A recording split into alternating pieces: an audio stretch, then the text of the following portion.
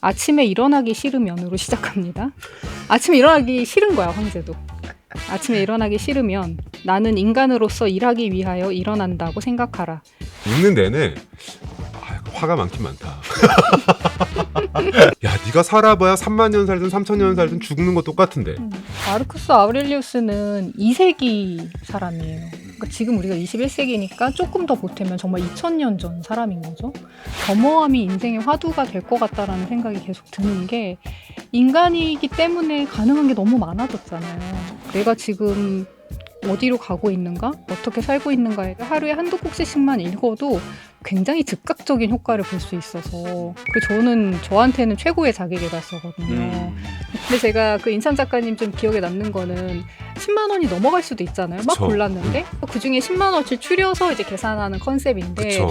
작가님만 유일하게 남은 책은 제가 사줘 뭐라고 하시는 그쵸. 거예요. 쿨하게. 그래서 이분 역시 대단하다. 책 사랑하시는 분이구나 이런 생각했었고.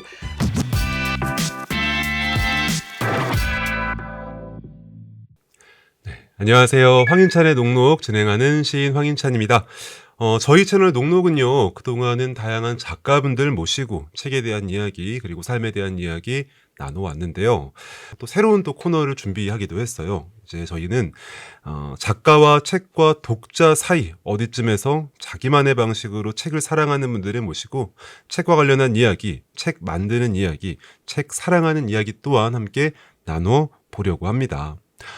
특히 가능하다면 좀 고전들 위주로, 이건 이제 우리가 고전이라고 하는 게 쌓아두고만 있지 좀처럼 읽지 않게 되는 그런 것들이 있어서, 책을 정말 아주 많이 사랑하는 분들이라면, 그리고 책의 주변에 있는 이분들이라면 이 고전에 대한 이야기 더더욱 잘 들어볼 수도 있겠다라는 생각을 하면서 이렇게 기획을 또 새롭게 준비를 해봤습니다. 네, 자, 그럼 이제 진짜 초대 손님 모시고 또 인사드려야죠. 저희가 이제 이 나름의 새롭게 단장과 준비를 하면서 모시는 첫 번째 손님이기 때문에, 그렇다면 또한 이분이다. 우리는 이분을 일단은 함께 모시고 이야기해야 된다라고 생각하면서 모셨습니다. 아마 편집자 K라는 이름으로도 많이 익숙하실 거예요. 저희 강윤정 선생님 모시고 함께 이야기 나눠보겠습니다. 네, 반갑습니다. 네, 안녕하세요. 초대해 주셔서 감사합니다. 즐겨보던 채널이었는데 이렇게 스튜디오 구경도 하고 너무 재밌는 것 같고요. 저는 편집자 강윤정입니다. 주로 문학책들을 편집해 왔고, 지금은 프리랜서로 일을 하고 있고, 유튜브에서 편집자 K라는 이름의 채널을 운영하고 있습니다. 그쵸. 이제 저는 편집자 K 유튜브에 출연하기도 했었고요. 그죠. 저는 그때가 너무 좋은 기억으로 남아있거든요. 다행이다. 왜냐하면 그게 어떤 컨셉이냐면 10만 원 한도로 책을 사준다. 가서 그러면 책 고르면서 책과 관련된 이야기하고 서점 둘러보고 이런 이제 이 컨텐츠잖아요. 네. 아니 근데 제가 애초에 기획은 이제 독자분들이 오프라인 서점 자주 못 가시니까 오프라인 서점 가면 이런 즐거움이 있다 하는 거를 보여드리고 싶었고, 그리고 게스트분들이 책을 고르면서 그 표정이 너무 좋잖아요. 맞아요. 또 책 사준다고 하면 더 좋고. 맞아요. 그 표정을 좀 보여드려야지 했었어서 많은 분들 모셨었는데, 근데 제가 그 인천 작가님 좀 기억에 남는 거는 10만 원이 넘어갈 수도 있잖아요. 막 그쵸. 골랐는데 그러면 이렇게 고르고서 그 중에 10만 원어치 추려서 이제 계산하는 컨셉인데, 그쵸. 작가님만 유일하게 남은 책은 제가 사줘 뭐라고 하시는 그쵸. 거예요. 쿨하게. 그래서 이분 역시 대단하다. 책 사랑하시는 분이구나 이런 생각했었고, 저도 되게 좀 애정하는 코너이기는 해요. 요즘에 또 운동에 그렇게 빠지셨다는 이야기 또한 네. 듣기도 해서 방금 들으면서도 잠깐 이제 시작하기 전에도 요즘 어떻게 지내세요 했더니 근력 운동하고 지내요라고 하셨잖아요. 아니, 녹록에 이전에 출연해주신 이슬아 작가님이 한창 그 근력 운동에 대한 애정을 막 드러내고 가셨잖아요. 근데 저도 그 정도의 아직 세월이 쌓이진 않았지만 그 마음을 이제 좀 알겠다 싶고, 저는 사실 체력을 강화하는 데 대한 관심이 없었고, 오히려 그렇게 인간이 막 몸을 키우고 뭔가 강해지려고 애쓰고 하는 거에 대한 반감이 오히려 있었거든요. 근데 이제 뭐 나이도 나이이고, 제가 퇴사한 이후에 제 인생을 좀 돌아보면서 내 정신력과 내 어떤 평온함을 유지하려면 체력이 진짜 필요하구나를 진짜 깨달은 거예요. 맞아요. 그래서 다정함도 체력에서 나온다는 말 요새 맞아요. 되게 많이 하잖아요. 그걸 정말 절감하고, 그리고 일을 되게 좋아하는데 이 일을 오래 하려면 진짜 체력이 필요하다라는 생각이 들어서 엉덩이 붙이고 있으려면 음. 일단 이 엉덩이하고 허리가 다 아주 튼튼해야 되기 그러니까 저희가 때문에. 특히 이제 앉아서 하는 작업이다 음. 보니까 근력 운동이 되게 필요하겠구나 싶어서 음. 한 6개월 전에 시작했는데 너무 재밌게 하고 있어요. 그리고 그걸 하는 그 순간에 되게 고도의 집중력이 필요하잖아요. 맞아요. 어떤 무게, 뭐 어떤 횟수 이런 거에 음. 집중을 한다는 게 되게 단순한 동작을 반복하는데 엄청 집중을 하는 그 순간이 묘하게 좀 마음 정화에 도움이 된달까? 퇴사 1년이죠, 그죠? 퇴사 1년 동안 이제 이 근력 운동의 세계에 근력을 빠져들어서. 얻었다. 퇴사하고 근력을 얻었다. 아, 네. 너무 좋네요, 진짜. 네. 아, 자, 그럼 이제 또 본격적으로 좀 이야기를 시작해 보려고 하는데요. 저희는 오늘 강민정 선생님 모시고 두 권의 고전에 대한 이야기를 나누려고 합니다. 1부와 2부로 구성이 되어 있고요. 1부에서는 이 마르쿠스 아우렐리우스의 요 명상록이라고 하는 책 이야기를 할 거고요. 그리고 2부에서는 버지니아 울프의 자기만의 방, 잡히나? 이 책에 대해서 함께 이야기를 할 건데, 근데 이게 저희가 책 정할 때 먼저 리스트를 받았잖아요. 어떤 것들이 고전 중에 어떤 것들 하고 싶으신지. 근데 저는 약간 이 명상록이 들어가 있는 게 좀 신기하다는 생각을 했거든요. 우리가 뭐 고전 읽기라고 했을 때 바로 떠오르는 책은 분명히 아닌 것 같아요. 그런 의미에서 저희 이제 일부 이제 명상록 이야기를 할 건데, 이거 어쩌다가 이 명상록을 먼저 추천을 하신 거였는지 좀 이유를 또 여쭤볼 수 있을까요? 그 작가님 말씀하신 게 되게 큰 이유 중에 하나인데, 우리가 고전을 다루는 시간을 가져보자라고 했을 때 보통 떠오르는 리스트가 있잖아요. 근데 대부분이 소설이거든요. 그쵸. 그런 걸 할까 하다가 이제 그런 건 이후에도 좋은 다른 분들이 나와서 말씀해 주시겠지 싶어서 제가 아끼는 책 중에 이 책 안 할까 봐 걱정된다 하는 책을 고른 게 이제 명상록이에요. 그리고 사실 우리가 고전이라고 했을 때 첫 번째 이미지가 좀 시간을 견딘 책? 그런 생각 많이 하잖아요. 근데 명상록은 무려 거의 2000년 전, 그렇죠. 거의 2000년을 견딘 책이니까 고전이라는 그 의미에도 굉장히 잘 부합하는 책이라는 생각이 들어서 그리고 좀 이후에도 말씀 더 나누겠지만 지금 되게 필요한 책인 것 같아서 겸사겸사 고르게 됐습니다.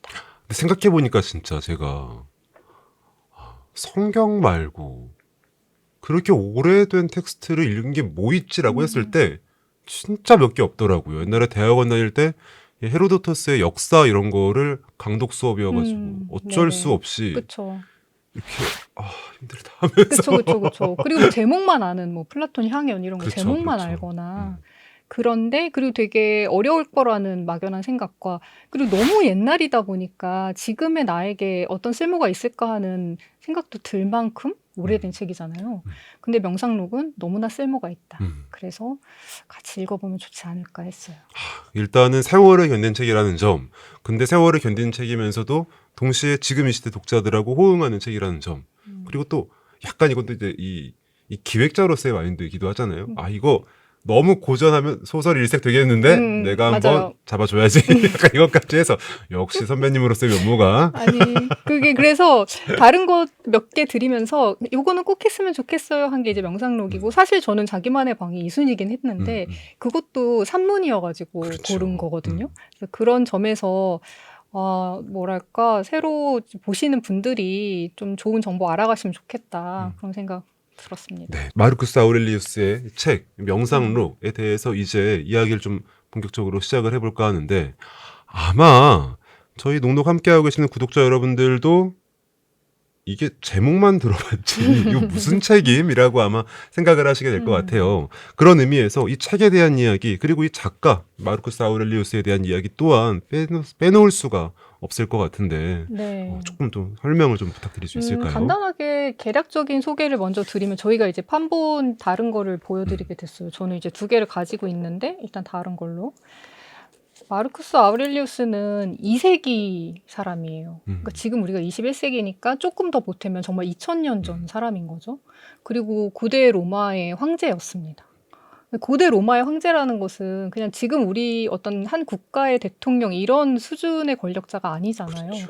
세계를 제패한 그런 의미에 가까운 군주이자 어떤 군 통수권자이자 종교적인 의미에서도 권위자인 굉장히 강력한 권력을 가진 인물인데, 그리고 제가 사실 그 시절의 어떤 역사적인 배경을 잘 아는 건 아니에요. 근데 뭐 팍스 로마나 뭐 오현제 이렇게 단어만 알고 있는 그렇죠.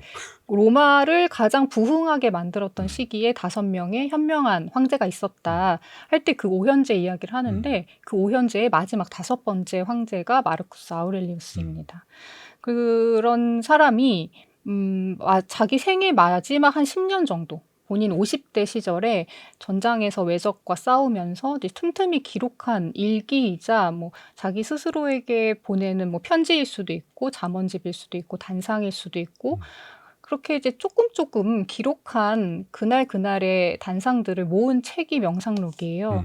근데 처음에 제목이 명상록이었던 건 아니고, 이 마르쿠스 아우렐리우스가 명상록이라고 나는 언젠가 출간할 거야 하고 만든 책이 아니기 때문에 그냥 나 자신을 위한 글, 그래서 그 자신에게 라는 제목이 붙어있는 이제 비망록이었었는데, 후세에 학자들이 발굴하고 이걸 책으로 묶으면서 명상록이라는 이름을 붙였습니다. 근데 되게 잘 붙인 것 같아요. 그러니까 이제 이거는 이 황제, 이 아우렐리우스가, 마르쿠스 아우렐리우스가 일기로 썼던 것인데, 근데 그것이 이제 오래도록 이어져 와서, 근데 약간 일기인데 어떻게 다른 사람들이 읽었지라는 생각이 너무 그게 정말 신기하죠. 음. 그래서 저희가 이 책 얘기하면서 뭘 얘기할까 하다가 제가 포인트로 한 3가지 얘기해볼까요? 말씀을 드렸던 게, 첫 번째가 이게 기획 출판물이 아니라는 거잖아요. 그거 정말 신기한 책인 것 같아요. 그 내가 이 책이 언젠가 다른 사람한테 읽히리라, 혹은 누군가가 이걸 보겠지라는 생각을. 저는 아닐 거라고 생각하고 아니었으면 좋겠다고 생각을 하는데, 사실 뭐 고대 그리스 로마에도 이걸 누가 언젠가 이 메시지를 전달받았으면 좋겠다 하는 식으로 계속 남긴 출판에 가까운 기록물들이 많잖아요. 그렇죠. 근데 이 책은 이제 그렇게 태어난 것은 아니고, 이 사람이 이렇게 쓰고 죽었는데 이후에 학자들이 그걸 필사본으로 계속 명맥을 이어왔어요. 그래서 계속 필사를 거듭해서 학자들이나 이제 지식인들 사이에서 읽히다가 16세기에 정말로 이제 인쇄 출판이 좀 본격적으로 시작되면서 그때 번역본이 이제 나온 거거든요. 그래서 그때 이제 그리스어로 쓰인 것이 번역돼서 출간이 되었고, 그때부터 이제 일반 독자분들도 조금씩 읽게 되었던, 그리고 21세기에 지금 저희까지 읽고 있는 책이 된 거죠. 이 생명력이 진짜 어마무시하다는 생각이 들어요. 우리가 맞아요. 알고 있는, 우리가 읽었던 책들 중에 2000년 뒤에까지 버틸 수 있는 책이 있나? 무슨 떠오르는 게 그쵸. 없어, 근데 진짜. 근데 뭐 어떤 것이 맞아요. 남을지는 알 수 없으니까, 그죠? 그 시간을 견딘 책이 고전이라는 표현도 했지만, 지금 말하면서 느낀 거는 시간이 우리한테 남겨준 책이다라는 의미도 되겠다, 고전이. 그런 생각도 들 만큼 굉장히 오랜 세월 이렇게 명맥이 흘러서 우리에게 닿아온 책입니다. 네, 근데 잠깐 또 요 얘기도 한 번 더 하면 좋을 것 같은데, 지금 우리가 좀 다른 판본을 들고 들고 있잖아요. 계속 만지작. 근데 이게 좀 그게 있는 것 같아요. 그러니까 고전을 우리가 이제 읽는다고 얘기를 할 때 진짜 너무 많잖아요. 이 중에 뭘 읽어야 되지? 이 중에 어떤 걸 읽으면 좋을까라고 했을 때, 이 다양한 판본들 사이에서 사실은 우리가 모든 책에 대한 어떤 뭐 정보를 다 갖고 있는 것도 아니고, 이 번역자에 대한 정보, 혹은 이 책에서 번역이 어떤 식으로 이루어졌는지에 대한 정보도 독자들이 파악하지 못하고 있는 경우가 많아서 이거 선택하는 게 참 어렵다는 생각이 들어요. 맞아요. 어떤 혹시 고전을 고를 때 좀 꿀팁 같은 게 있나요? 나라면 이렇게 꿀팁? 고른다. 사실 뭐 여러 가지 방식을 생각할 수 있는데, 일단 명상록처럼 고대 그리스어라는 이제 언어 자체가 어려운 경우에는 저는 가능하면 그쪽 공부를 하신 분의 원전 번역이면 좋겠다라고 생각을 해요. 그래서 아마 대표적으로 한국에서 통용되는 게 박문재 선생님이랑 천병희 선생님이 옮긴 원전 완역본, 요 2가지가 많이 판매가 되고 있고, 실제로 저는 이 둘 중에 어떤 걸 읽으셔도 상관없다고 생각하거든요. 그리고 또 이제 고전을 보면은 그 출판사가 변별력을 가지려고 부록 같은 걸 넣어요. 맞아.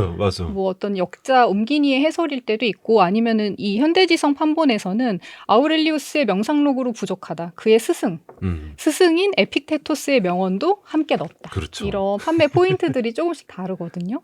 그런 기획에서 좀 마음에 드는 부분이 있으면 고르셔도 좋고요.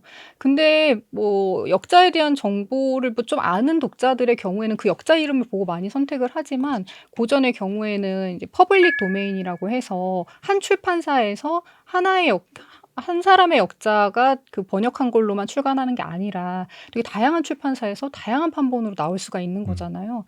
그래서 저는 고전이 아직은 익숙하지 않은 독자분들은 그 온라인 서점이나 서점 가셔서 앞에 한두 페이지 보고 제일 마음에 와닿는 거, 내가 이거 좀 재밌어 보이는데 이제 비교해서 봤을 때 그런 걸로 일단은 시작하시는 게 제일 중요한 것 같아요. 그래서 그 역자에 대한 정보를 많이 모르는 경우에는 그래서 저희가 지금 들고 있는 명상록도 두 분이 이제 같은 텍스트를 번역한 거지만 느낌이 되게 달라서 뭐 박문재 선생님의 경우에는 조금 더 편안하게 읽히는 부드럽게 잘 읽히는 번역본이고 저는 이제 선병희 선생님 거에도 표시를 많이 해놓고 많이 읽는 편인데 굉장히 단단한 번역이라는 느낌이 들어요. 제가 지금 말씀드린 것도 어떤 학술적인 분석이 아니라 느낌적인 느낌을 말씀드렸잖아요. 근데 그런 느낌이 책을 읽을 때 굉장히 중요하다고 생각을 해서 일단 우리가 읽는 게 중요하기 때문에 많은 판본이 있을 때는 정말로 내가 딱 한두 페이지 봤을 때 가장 나한테 편안하게 읽히는 거 그런 거 고르셔서 일단 다 읽으신 뒤에 생각하시면 좋겠다. 읽고 나서. 그러니까 일단은 접할 때에는 이 다양한 선택지에서 어떤 정답이 있다고 말하기는 좀 어려울 수도 있기 때문에 그렇죠. 그러니까 이제 직접 비교해보고 펼쳐보면서 고르면 좋겠다. 네, 모든 판본에 장단점이 있기 때문에 일단 좋아요. 그리고 부록 또한 되게 중요하죠. 그리고 저희 나중에 이제 자기만의 방도 뭐 보고 하겠지만 이제 만듦새라든가 부록이라든가 이제 다양한 판본이 있는 경우에는 이제 어떤 출판사가 좀 집중해서 공략하는 포인트들이 좀 있죠. 그리고 그냥 표지 마음에 드는 거 골라도 사실은 그냥 한번 읽어보고 뭔가 충분하다라는 생각이 들면 이미 잘 읽은 거고 아쉬운데 라는 생각이 들면 또 다른 책을 향해서 손을 뻗어보는 것 또한 전혀 나쁜 일이 아니니까. 표지 마음에 드는 거 너무 중요하죠. 그쵸. 사실은 책은 뭐 표지가 반이다. 이것도 일단 물건이기 때문에 가지고 다닐 맛이 나야죠. 네. 그쵸. 그렇습니다. 그러니까 저한테 좀 다짐과 같은 종류의 일기라는 생각을 했어요. 그러니까 이렇게 하자, 이렇게 하지 말자, 거의 약간 화내지 말자. 너그럽게 살아가자. 뭐 거의 이런 종류의 이제 레벨의 이제 그 다짐에서부터 시작을 해서 삶에 대한 통찰 그리고 이제 우주에 대한 이 개념 생각으로까지 계속 뻗어나가는 이제 그런 이 책이라고 말할 수가 있거든요. 그래서 읽고 있으면 결국에는 좀 그런 생각을 하게 돼요. 이 황제씩이나 되는 사람이 계속 겸손하자라는 말을 하거든요. 저는 그게 진짜 좀 인상적인 순간 중에 하나였어요. 어떻게 읽으셨어요? 이 책에서 말하는 이 작가가 말하는 이 겸손, 이 겸양에 대해서 혹시 어떻게 생각을 하셨었는지. 마르쿠스 아우렐리우스가 이제 스토아 철학의 조예가 깊었던 철학가로도 알려져 있고 이제 스토아 철학과 기타 등등 다른 철학에서 자기가 황제로서 교육받아온 것들을 자기 안에서 이제 정립하려고 되게 노력을 했던 인물이라고 알려져 있고 또 명상록에도 그 이야기가 되게 많아요. 근데 스토아 철학에 대해서도 뭐 다 잘 알 수는 없잖아요. 근데 이제 금욕적인 삶에 대한 추구가 강했다. 이 정도만 알고 읽으셔도 사실 뭐 큰 상관이 없을 정도의 책입니다. 근데 이제 보면은 제가 신기했던 거는 이 책이 전장에서 쓰인 거잖아요. 막 이렇게 전쟁 끝나고 이동하는 중간에 아니면 모든 일과가 끝나고 자기 전에 이렇게 쓰는데 전쟁에 대한 얘기는 하나도 없고. 그쵸, 맞아요. 그것도 참 신기했어요. 그쵸? 그리고 이제 황제라는 거 그런 거 다 떠나서 그냥 나 자신. 개인으로서 어떤 삶을 살고 싶은지를 그렇게 조금씩 계속 기록으로 남길 만큼 자기 삶을 어떤 방향으로 끌고 가야 되느냐를 굉장히 좀 염두에 둔 사람이잖아요. 그리고 아까 말씀하신 것처럼 황제라면은 모든 것이 갖추어져 있고 내가 뭐 말 한마디 손짓 하나로 모든 것이 다 이루어지는 상황에서 조금 더 나은 인간이 되어야겠다. 조금 더 낮은 자세로. 그걸 계속 반복한다는 것도 참 인상적이었어요. 근데 제가 또 인상적이었던 거는 이런 황제도 죽는 게 너무 무섭고 불안하고 짜증도 나고 그리고 이렇게 매일매일 어떻게 살고 싶다, 어떻게 살자 하는 것을 기록하는데 그게 제대로 이루어지지 않는 것에 대한 열패감 그런 이야기를 계속 반복해서 쓴단 말이에요. 그게 너무 신기한 거죠. 그 시대에도 지금 우리와 너무나 비슷한 고민을 하고 있고 심지어 그 사람은 그런 권력자인데도 그래서 저랑은 정말로 여러 가지 면에서 정반대에 있는 사람이나 다름없는데도 너무나 같은 고민을 하고 있다는 게 신기해서 계속 밑줄을 그으면서 읽게도 됐었던 것 같아요. 맞아요. 좀 밑줄을 긋게 되는 책입니다. 근데 생각보다 저 말들에 내가 공감할 수 있는 내용이 너무나 많으며 방금 말씀하신 것처럼 우리와 다르지 않다라는 게 바로 그 사실. 이 감정, 이 생각을 나도 느꼈고 근데 그것을 매우 분명하고 단호하게까지 말하고 있잖아요. 그런 것들에 대해서 내 삶에 대한 태도를 이런 식으로 갖춰야 한다거나 우리가 이럴 필요는 없다거나 하는 말들. 그래서 그런 것들에 고개를 끄덕이면서 아 맞지 맞는 말이구만. 2000년 전 황제도 나랑 같은 생각을 하고 있네. 뭐 이런 생각들 하면서 많이 읽게 된 것 같아요. 정말. 거리감이 되게 좋은 책인데 그것이 처음부터 끝까지 아 오늘 이런 일이 있었다 하는 우리가 생각하는 그 톤의 일기가 전혀 아니고 그 자신에게라는 타이틀이 원래 붙어 있었던 것처럼 여기에 지칭되는 나는 나가 아니고 너잖아요. 그러니까 그렇죠. 나를 2인칭으로 부르면서 호명하면서 너 이렇게 살아야 돼. 너 이런 삶을 살아야지 하면서 자기 자신을 꾸짖거나 독려할 때 이제 너라고 하면서 말을 하는 게 주는 그 형식적인 거리감도 되게 좋은 것 같아요. 그래서 그냥 단순히 개인의 내면에 한정된 글로 읽히지 않고 그 너라는 호칭 자체가 주는 거리감이 이 책이 오래 사랑받은 이유 중에 하나인 것 같다는 생각도 했거든요. 그래서 제가 뭐 간단하게 읽어보면 오히려 더 이해가 되실 텐데 뭐 그냥 펼쳤을 때 뭐 너라고 부른다고 말씀드렸잖아요. 그래서 네가 3000년 아니 3만 년을 산다 해도 아무도 지금 살고 있는 삶 외에 다른 어떤 삶을 잃지 않으며 지금 잃어버리는 삶 외에 다른 어떤 삶을 살지 않는다는 것을 명심하라. 가장 긴 삶도 결과는 가장 짧은 삶과 마찬가지이다. 이런 식으로 그러니까 자기 자신의 그 유한성에 대해서 아니 너가 그렇다고 3000년, 3만 년을 산다고 해서 너가 지금 너의 그 유한한 뭐 80년, 100년의 삶과 그렇게 다르지 않다 하는 것을 그렇게 너 이렇게 부르면서 말을 하는 게 이게 나한테 하는 말 같기도 하고 본인한테 하는 말 같기도 하고 맞아요. 그게 참 좋은 것 같아요. 근데 저도 약간 그런 거 있거든요. 저는 뭐 일기를 그렇게 많이 쓰는 편은 아니지만 뭐 일기를 쓸 때에도 아니면 시 쓸 때도 시쓰기도 언제나 자기에 대한 글쓰기일 수밖에 없어서 항상 쓰다 보면 인찬아 정신 좀 차리고 인찬아 그러지 말고 막 이렇게 말하게 되는 순간들이 있는데 아마 그런 맥락에서 함께 오는 그 너라는 생각이 들기도 해요. 그리고 너라고 말했기 때문에 오히려 이게 내 일이라고 생각하면 오 진짜 내 안에 있는 작은 이 손톱 밑에 있는 작은 이 가시 하나가 너무나 큰 고통인데 이걸 너라고 다시 한번 돌려서 말함으로써 그 어떤 거리두기가 가능해지고 더 폭넓은 말하기 가능해지고 근데 약간 저는 사실 이 책 쭉 읽으면서 느낀 건데 이 명상과 수양이라고 하는 게 그런 거잖아요. 내 마음에 있는 이 불안한 마음, 초조한 마음, 괴로운 마음, 삿된 마음을 이렇게 가라앉히고 정제시키고 누르고 그래서 한편으로 무슨 생각이냐면 읽는 내내 아 약간 화가 많긴 많다. 그러니까 방금 읽어주신 내용도 야 네가 살아봐야 3만 년 살든 3천 년 살든 죽는 거 똑같은데 라고 막 말하는 그 묘한 그 시니컬함 같은 게 있어가지고 그러니까 읽다 보면 처음에는 아, 이 황제의 정말 수양의 과정을 함께하는 느낌이 들다가도 이게 이제 출판을 염두에 둔 글이 아니기 때문에 이제 후대에 의해서 기록이 남은 거잖아요. 그래서 뭐 중간에 편집자가 개입을 해서 아, 작가님 이 부분은 반복되니까 좀 덜어내시고 좀 정연하게 가볼까요? 이런 과정이 없었던 거잖아요. 그렇죠. 그래서 어떤 면이 되게 강하게 반복이 돼요. 그걸 읽다 보면은 아, 이 사람은 이게 정말 두려웠구나. 그렇죠. 뭐 방금 읽어드린 것처럼 죽음에 대한 거. 그러니까 죽음에 대해 되게 관조적인 것처럼 자기는 되게 초연한 것처럼 쓰는데 그것의 반복을 보면은 아, 이 사람이 정말 두려웠구나. 죽는 게 너무 두려웠고 고통도 두려웠고 그랬구나. 그러면서 점점 그게 잘 이제 마음속에서 정리가 안 될 때는 작가님 말씀하신 것처럼 스스로를 되게 엄하게 꾸짖기도 하고 정신 차려 이런 식으로 그런 대목도 되게 보다 보면 좀 재미가 있죠. 그래서 읽으면서 약간 이 저랑 뭐 아주 그게 접점이라고는 아무것도 없을 이 아우렐리우스에게 이런 마음이셨군. 화가 나 있었군. 불안한가 보다. 막 이거를 계속 그 마음을 헤아리면서 읽게 되는 맛이 있었다. 네, 저도 알 것 같습니다 하는 생각이 드는 그래서 너무 멀지 않은 글로 보이는 것 같아요.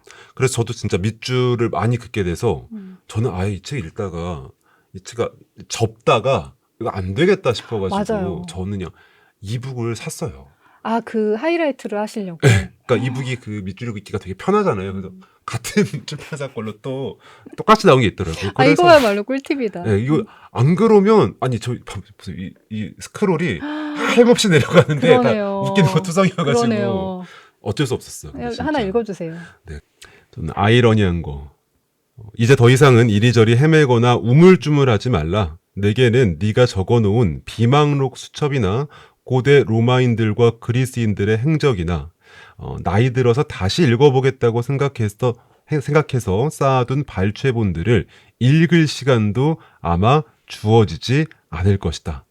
그러니까 이게 무슨 소리냐면, 그러니까 저도 그러니까- 정확히 그 부분 밑줄 그었습니다. 그러니까 이게- 여기 지금 오늘 플래그도 붙여왔어. 읽고 싶어서. 그러니까 이 내용이 약간, 그러니까 아주 우물쭈물하지도 말고 그냥 좀 이렇게 막 초조해하지 좀 말아라. 어차피 네가 쌓아둔 그 수많은 읽을 거리들 안 읽고 그냥 갈 거고 너 그 읽을 눈물 시간도 없다. 이거 보면서 아 그렇지. 저도 지금 집에 쌓여 있는 책 이만큼 읽고. 근데 저는 이 밑줄 그은 부분에서 그 뒷부분이 되게 좋았는데 아, 그 그쵸. 뒷부분까지 안 읽으신 것도 되게 신기하네요. 왜냐면 여기 재밌으니까. 너무 웃기니까. 근데 뒤에는 약간 멋있게 끝나잖아. 맞아요. 너가 할 수 있을 때 너 자신을 구해라 하면서. 그래서 그 부분도 마저 읽어보자면 이렇거든요. 그러므로 네 자신에게 어떤 염려되는 것이 있다면 아직 시간이 허락되는 동안에 다른 모든 헛된 희망들은 다 내던져 버리고서 오직 그 목표를 완성하는데 온 힘을 다 쏟아서 네 자신을 구해내라 라는. 그러니까 어차피 그러하니까 시간이 허락될 때 최선을 다해서 지금 살아야만 하는 것이다. 그러니까 미루지 말아라 라는 말이기도 한 건데. 저도 읽어봐도 돼요? 네. 좀 재밌었던 부분? 이 책이 되게 신기한 게 한 권의 책인데 목차를 보시면 1권부터 12권까지 나뉘어 있어요. 이제 이게 고대 로마 그리스 책들의 좀 특징인데 이제 그때는 파피루스 같은 걸로 한 권 단위가 지금보다 짧았으니까 그런 식으로 묶음이 많이 있어서 1권, 2권 편의상 그렇게 많이 불렀고 최근 우리 어법으로는 챕터, 뭐 1장, 2장 그렇죠. 그렇게 생각하시면 될 것 같습니다. 그리고 그 1권 안에 되게 단상들이 파편처럼 나뉘어져 있어요. 그러니까 줄글로 쭉 이어진 게 아니고 이것도 역시 후세 사람들이 정리한 건데 그래서 정말로 그냥 하루에 뭐 한 꼭지, 한 대목씩 읽으셔도 좋은 책이에요. 제가 읽을 곳은 이제 5장, 5권, 5장의 첫 번째 부분인데요. 아침에 일어나기 싫으면으로 시작합니다. 아침에 일어나기 싫은 거야, 황제도. 아침에 일어나기 싫으면 나는 인간으로서 일하기 위하여 일어난다고 생각하라. 그 때문에 내가 태어났고, 그 때문에 내가 세상에 나온 일을 하려는데 아직도 불평을 한단 말인가? 아니면 나는 이불을 덮고 누워 몸이나 데우려고 만들어졌단 말인가? 하지만 그렇게 하는 게 즐거운걸? 내 안에 목소리가 한번 나와. 그렇다면 너는 즐거움을 위해 태어났단 말인가? 간단히 말해 네가 태어난 것은 느끼기 위해서인가 아니면 행동하기 위해서인가 하면서 뒤에 뭐 식물들, 참새들, 개미들 보다 너가 못한 존재인 거냐? 하는 식으로 이제 자신을 호되게 질책하는 부분이 있는데요. 너무 좋죠? 그래서 이 바로 뒤에 이어지는 대목이 만약에 너가 그렇게 일어나기 싫다 그러면 너는 너 자신을 사랑하지 않는 거야. 이러면서 저 거기 밑줄 해놨어요. 근데 이게 같은 부분에 해놨는데, 그러니까 이게 결국 저도 그 다음 쭉 이어진 너무 웃기네 하다가 이제 이건 밑줄 쳐야겠다고 밑줄 친 대목이었는데, 맞아요. 그 다음 그러니까 다음 이렇게 이어진단 말이죠. 하지만 얼마간의 휴식도 꼭 필요한 법이다. 나도 그 점을 부정하지 않는다. 하지만 자연은 먹고 마시는 것에 한계를 정해 놓았듯이 휴식에도 한계를 정해 놓았다. 그런데 너는 그 한계를 이미 넘어섰고 그러니까 네게 필요한 정도 넘어섰다라고 하면서 너 충분히 쉬어서 그만 쉬어야 돼. 너 지금 과하게 쉬었어. 약간 이렇게 말하는 게.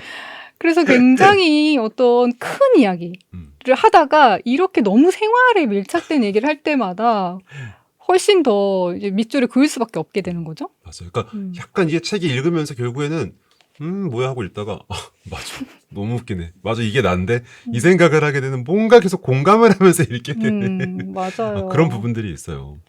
맞아. 그래서 조금 전에도 말씀드렸지만 그냥 가까운 데 두시고 뭐 포춘 쿠키 열듯이 그냥 아무 데나 펼쳐서 나오는 대목을 뭐 한두 대목 읽고 하루를 시작해 보시면 좋지 않을까라는 생각이 드는데 제가 요새 이 책 되게 필요한 것 같다라고 말씀을 드린 것도 연결이 되거든요.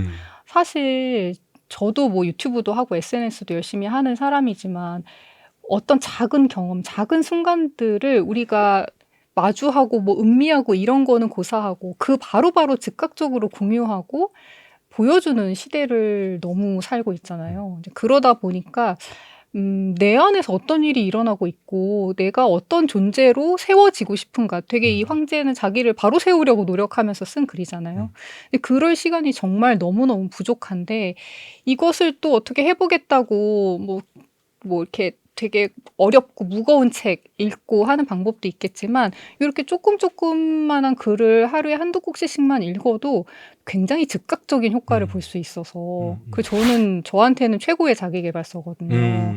그래서 좀 독자분들이 좀 쓸모 있는 책으로 이 책을 읽으시면 좋겠다. 그냥 고전이라기보다도 그 생각 많이 했어요. 확실히 그런 것 같아요. 저도 마찬가지로 글 쓰는 일을 하고 막 시를 쓰고 그러고 살고 있으면서도 이게 내 내면을 돌아보고 내가 지금 어떤 상태이고 어떤 생각을 하고 있고 이것들 말하자면 이 수신에 해당하는 이 영역의 일들을 잘하고 있나? 하면 항상 뭔가 일에 떠밀려가지고 이렇게 계속 떠밀리듯이 살아가고 있으니 돌아볼 순간들이 없는데 이 책은 정말 이 황제가 필사적이라는 말을 하는 게 어울릴 정도로 자기 자신을 돌보는 그리고 돌아보고 계속 나를 이제 가다듬으려고 하는 그런 책들이잖아요. 그래서 읽고 있으면서 아 맞아 이게 이런 마음가짐들이 되게 필요하지라는 생각들. 내가 지금 방금 무슨 말했고 무슨 생각했는지 이걸 되새겨보는 과정이 되게 필요한데 그 계기로서 되게 유의미하다라는 생각이 좀 드는 그런 책이기도 했고요. 그쵸. 그리고 실제로 기록하시는 것을 좀 좋아하시는 분들은 이런 방식으로 자기 삶을 기록해 갈 수도 있겠죠.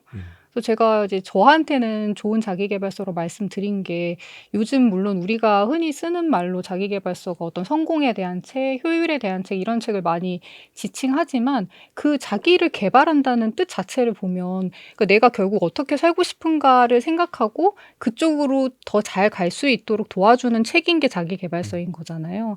그래서 이런 식으로 저는 이제 '어떻게 살 것인가.' 이거 너무 큰 질문 같지만 정말 너무 생각 안 하면서 사는 시대일지도 모른다는 불안감이 많아서 '내가 지금 어디로 가고 있는가? 어떻게 살고 있는가?'에 대해서 좀 끊임없이 생각해 볼 필요가 있는데 그때 어떤 교재로서 도움도 될 수 있고 뭐 꼭 쓰지 않더라도 작은 읽기의 순간으로 좀 이렇게 흐느러들해져 있는 나를 바로 세우는 그러는 데에 아주 유용한 책이라는 생각이 들어요. 그렇죠.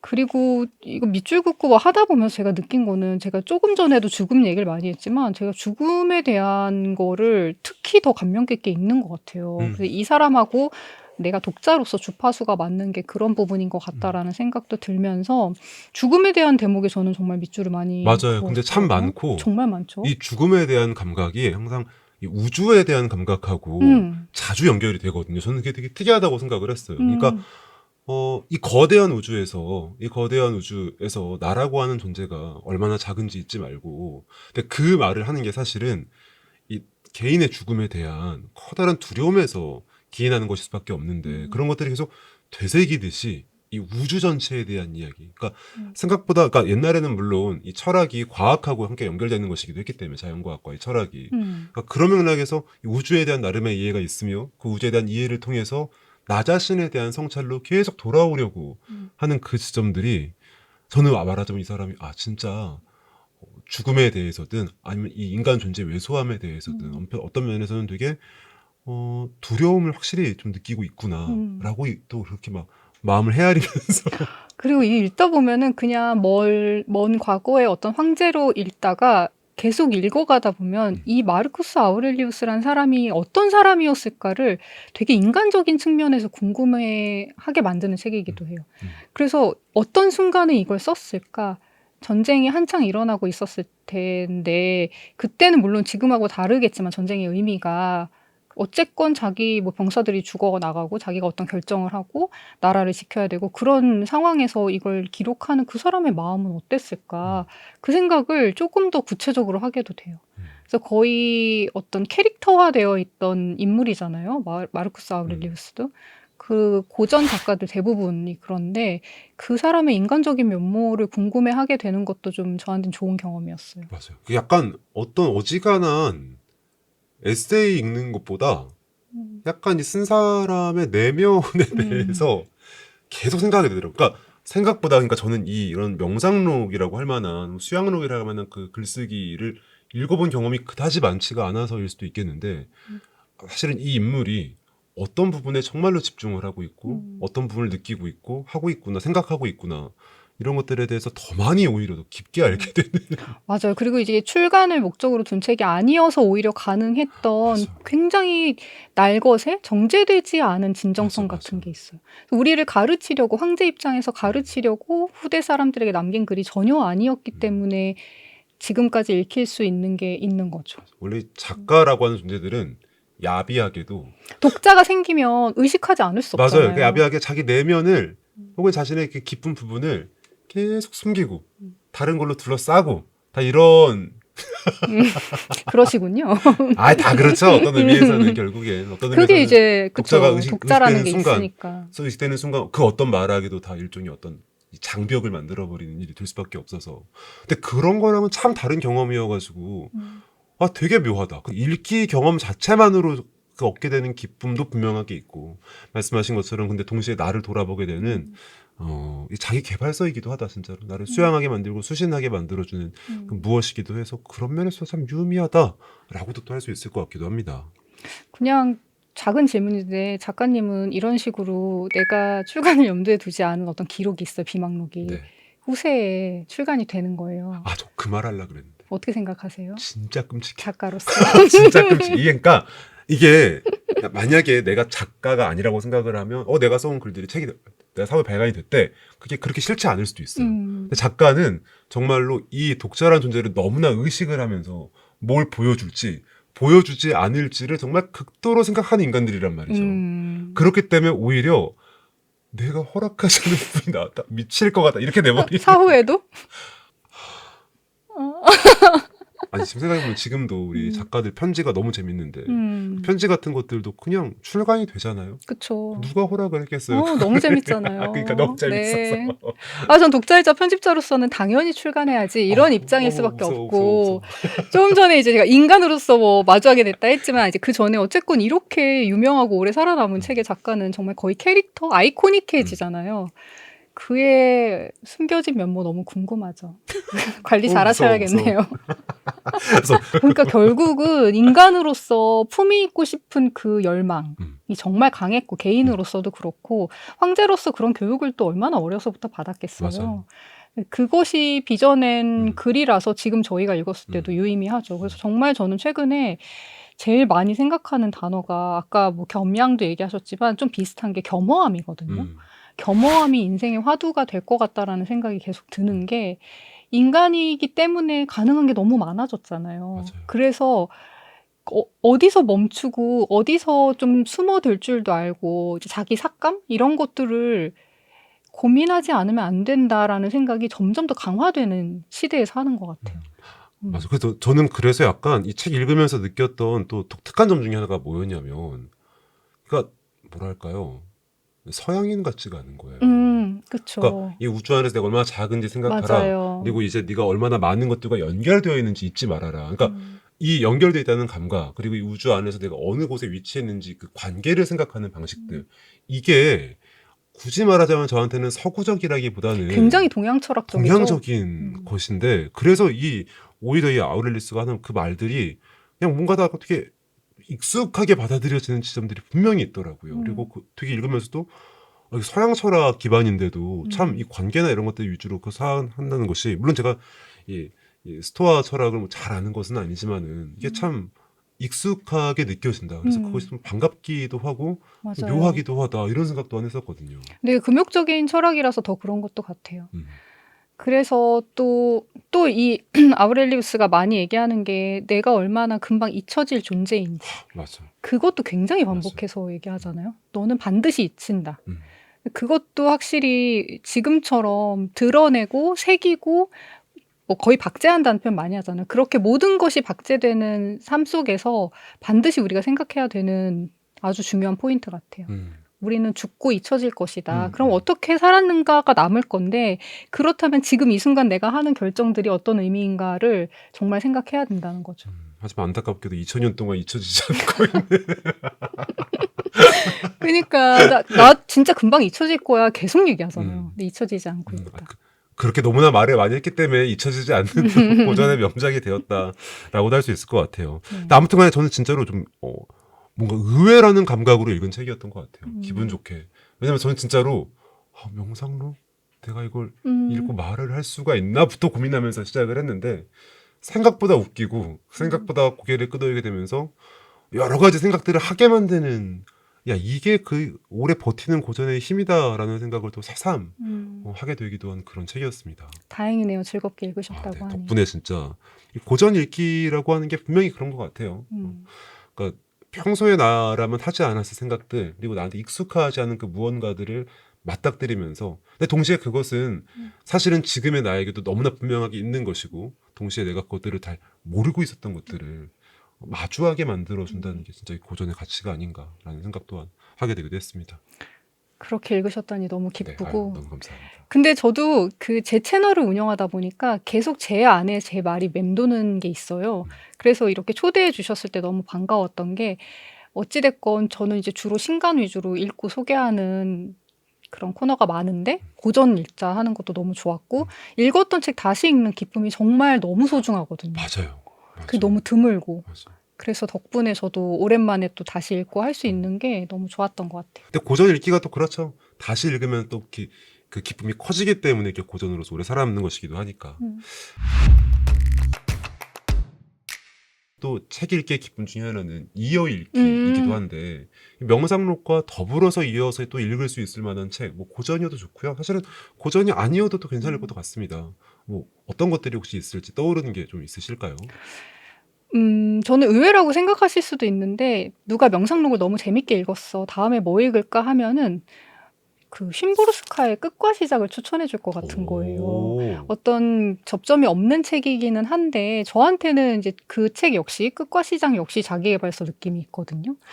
그래서 역시 시이기 때문에 이제 한 편 한 편에 분량이 많지 않다는 점이 읽는 부담을 크게 느끼시지 않아도 되고, 그리고 쉼보르스카도 이 명상록처럼 되게 편안한 언어로, 일상적인 언어로 쓰인 시들이 되게 많아요. 그래서 뭐 이 시어는 무슨 뜻일까, 이 사람 무슨 얘기하고 있는 걸까를 막 골몰하지 않아도 좀 자연스럽게 와서 스미는 시들이 있거든요. 그리고 또 쉼보르스카가 어떤 우주 안에 작은 존재로서의 개인에 대해서도 어떤 유머러스하면서도 자연스럽게 잘 보여주는 시인이어서 이어서 읽으면 의외로 좋지 않을까, 이런 생각이 전 좀 들었어요. 뭔가 캐릭터가 겹치네요. 들으니까 진짜 확실히. 뭔가 의외면서 되게 잘 어울리는 약간 찰떡궁합이다. 그 책도 두껍고 뭐 하루에 한두 개씩 읽으면 참 좋다. 네, 좋습니다. 함께 이어 읽을 책까지 추천받았습니다. 자, 이제 저희 이야기 좀 정리해 보려고 하는데요. 저희 1부에서는 마르쿠스 아우렐리우스의 명상록에 대해서 이야기 나눴고요. 이어서 저희는 2부에서는 요 버지니아 울프의 자기만의 방으로 또 이제 이야기 또한 재밌으셨죠? 더더욱 재미있는 이야기 나누려고 합니다. 아쉽지만 1분 여기서 마치고 2부에서 다음 주에 다시 뵙도록 하지요.